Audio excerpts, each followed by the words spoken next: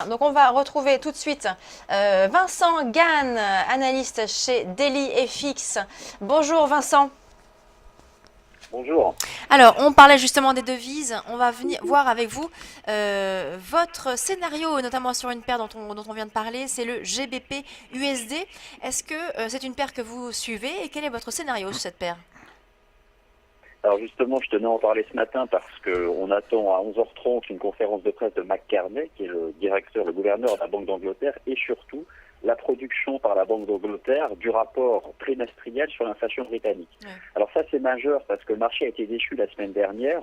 La Banque d'Angleterre n'a pas modifié les perspectives de sa politique monétaire et justement a indiqué que ce rapport sur l'inflation serait déterminant pour les anticipations vis-à-vis des taux d'intérêt qui sont pratiqués au Royaume-Uni. Donc la livre sterling avait clairement sous pression depuis l'été dernier, justement parce que le marché avait peut-être anticipé à un stade précoce un changement, une inflexion monétaire au Royaume-Uni qui n'est jamais intervenue. Alors aujourd'hui, je pense que c'est très important de se focaliser sur le GBP USD et puis de manière générale sur les paires de devises en livre sterling. Pourquoi? Parce que je pense que c'est tout simplement la tendance annuelle qui se jouera en s'appuyant sur les fondamentaux qui seront donc publiés en fin de matinée. Le GBP USD, il a clairement retracé toute la hausse qu'il avait construit en 2014 et il est revenu à proximité d'un seuil technique important. Alors là, je suis analyste technique avant tout, un niveau très important aux alentours des 1,50 et depuis il tente de se stabiliser. Et donc je pense qu'aujourd'hui, jeudi 12 février, nous aurons la réponse à savoir est-ce que la livre sterling et notamment le GBP USD sera en mesure de reprendre sa marche en avant face au dollar américain ou est-ce que, comme la plupart des devises majeures sur le marché d'échange, il subira la loi du dollar américain. Et donc, voilà, il y a énormément de choses qui se jouent ce matin et des fondamentaux monétaires et des perspectives d'inflation en Grande-Bretagne qui seront détaillées ce matin à partir de 11h30. Donc, c'est probablement la paire de devises majeures à suivre ce matin. Alors, quelle est votre recommandation du coup sur cette paire, même si j'imagine qu'il faut peut-être attendre Alors, 11h30 avant de peut-être prendre position? tout à fait. Alors naturellement, on a besoin de s'appuyer sur des fondamentaux pour des stratégies de moyen long terme. Maintenant, qu'est-ce que semble indiquer l'analyse technique ces dernières semaines? Plutôt un intérêt acheteur. Alors, on a eu des signaux techniques qui étaient plutôt intéressants au-dessus du niveau des 1,50 $. Il y a un certain nombre d'indicateurs qui figurent sur le graphique que je vous ai fourni. Il y a une zone chartiste qui est à surveiller, qui est celle comprise entre 1,52 $ et 1,5350 $. Une zone de prix, un range tout simplement. Et l'analyse technique donnera justement l'interprétation par le marché des fondamentaux qui seront produits en fin de matinée lorsque les cours seront capables de sortir de cet intervalle de prix. Donc mon conseil, c'est tout simplement d'attendre la résolution de cette borne de prix entre 1,52 $ et 1,5350. Et ce soir, eh bien, en fonction du positionnement des prix de part et d'autre de ces deux bornes, nous aurons, je pense, une indication claire sur la direction de cette paire de devises lors des prochains mois.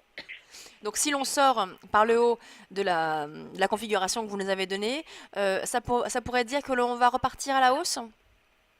Tout à fait, exactement. Là, le GBP-USD pourrait reprendre sa marche en avant, alors à la fois du point de vue du GBP en tant que devise principale dans cette paire de devises, et probablement aussi du côté de l'USD, puisqu'on sait que le dollar américain, lui, a quand même énormément progressé depuis l'été dernier. Il teste d'ailleurs ses sommets de l'année 2009, donc des sommets en base qui datent de 6 ans, qu'il ne parvient pas à franchir depuis 2 semaines environ. Donc on pourrait avoir à la fois un regain du côté du GBP et une stabilisation des prises de bénéfices du côté de l'USD. Et lorsque vous rassemblez ça au sein d'un cross comme le GBP-USD, nous pourrions en effet envisager une appréciation du GBP-USD. Mais pour le moment, le signal n'est pas donné. Et clairement, ce sont les fondamentaux qui décideront. Il suffirait que la Banque d'Angleterre revoie à la baisse les anticipations d'inflation au Royaume-Uni pour que cette paire de devises reparte en tendance baissière. Donc il faut rester extrêmement prudent. Et je pense prendre le temps d'observer ce soir le positionnement des prix par rapport aux bornes techniques que je viens de mentionner. Alors rappelez-nous donc vos niveaux d'intervention. Alors, 1,52 $ pour le support, 1,5350 $ pour la résistance. Alors, il y a un autre actif dont on parle évidemment tous les jours, hein, c'est le pétrole. Le pétrole qui a fortement chuté, tout le monde le sait, et là semble se stabiliser depuis plusieurs séances. On oscille entre petites séances de hausse et de repli. Ce matin, nous sommes plutôt dans le vert sur le Brent et sur le WTI.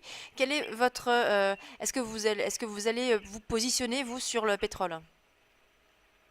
Alors, Le pétrole, il y a un consensus qui s'est installé au sein de la communauté des marchés financiers, c'est que le premier semestre de l'année 2015 serait le semestre de stabilisation des prix du pétrole. Alors stabilisation sur un niveau bas, naturellement.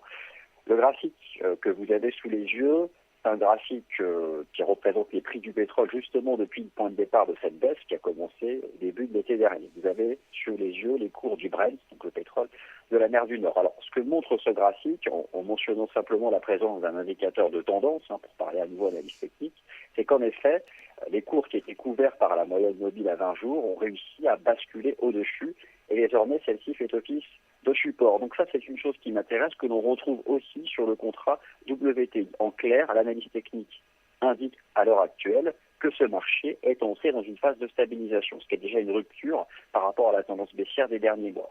Je vous ai fourni un second graphique qui met en avant le ratio Brent-WTI. Alors c'est la représentation dynamique d'une courbe de force relative. Ce qui est très intéressant sur ce type d'indicateur, c'est d'en observer la direction.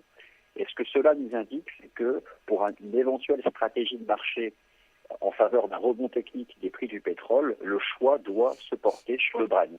Voilà. En tout cas, le choix qu'a fait le marché, alors je n'en connais pas les raisons fondamentales, mais techniquement, le signal, là, il est limpide. Pour les stratégies de rebond technique stabilisation, mieux vaut choisir le pétrole de la mer du Nord que le pétrole brut texan.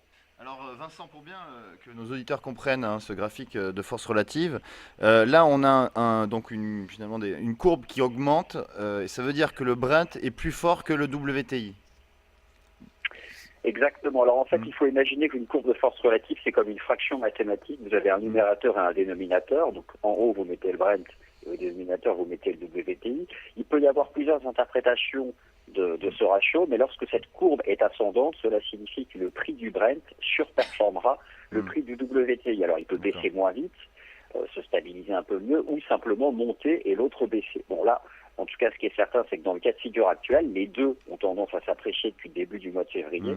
Et ce qu'indique cette courbe de force relative, c'est que le Brent, en termes relatifs, donc en pourcentage, en variation en pourcentage, s'apprécie davantage.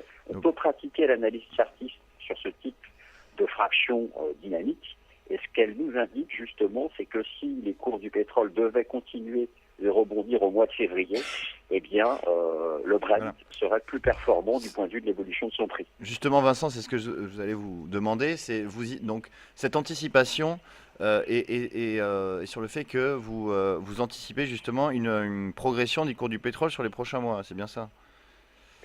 Alors, progression sur les cours du pétrole sur les prochains mois, pour l'instant, on n'en est pas là. Au moins une phase de stabilisation, ce qui est certain, c'est qu'on a probablement fin janvier inscrit des points bas qui peuvent être tenus au premier semestre. Alors après, la question est de savoir est-ce que ces marchés vont s'installer dans des marchés latéraux, des marchés plats, des ranges, ou est-ce qu'on va pouvoir avoir une phase ascendante un peu plus significative. Honnêtement, pour l'instant, je n'ai pas la réponse, ni du point de vue des fondamentaux, et pour le moment, l'analyse technique ne donne pas la réponse. Alors, on va passer... Je pourrais donner la réponse. Oui. Allez-y. Oui, je vous écoute. Non, je voulais passer à l'Eurostock 50 pour terminer sur cet actif. Oui, très bien. Passons à l'Eurostock 50. Donc voilà, quel est votre scénario sur l'Eurostock? Alors, l'Eurostock 50, moi, pourquoi cet indice m'intéresse? Parce qu'il est dans les grandes salles de marché, le benchmark européen, et puis dans le monde, pour représenter la dynamique des actions européennes. Cet indice, il m'intéresse beaucoup parce qu'il montre clairement que le marché a fait le choix au mois de janvier 2015 et probablement pour la suite de l'année, des actions européennes. Alors là, je raisonne en termes d'arbitrage géographique. Il y a un seuil technique que je recommande de surveiller sur l'Eurostoxx 50, un niveau de support chartiste, un niveau à 3300 points. Et ce que les auditeurs doivent retenir, c'est que tant que l'Eurostoxx 50 se maintient au-dessus des 3300 points, les actions européennes, de manière absolue, puisque cet indice comporte tout un panel au sein de la zone euro, eh bien, seront favorisés cette année 2015. Merci beaucoup Vincent Gann, donc analyste chez DailyFX. On marque une pause, on se retrouve tout de suite.